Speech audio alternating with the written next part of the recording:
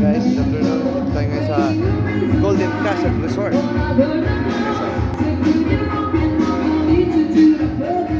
Castle Resort.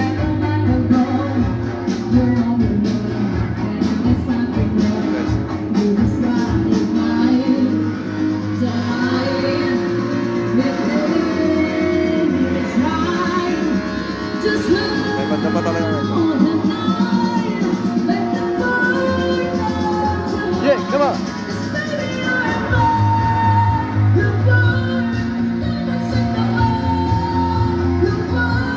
Golden Castle Resort. Dito sa sa part pa rin to ng San Carlos na Golden Castle Resort or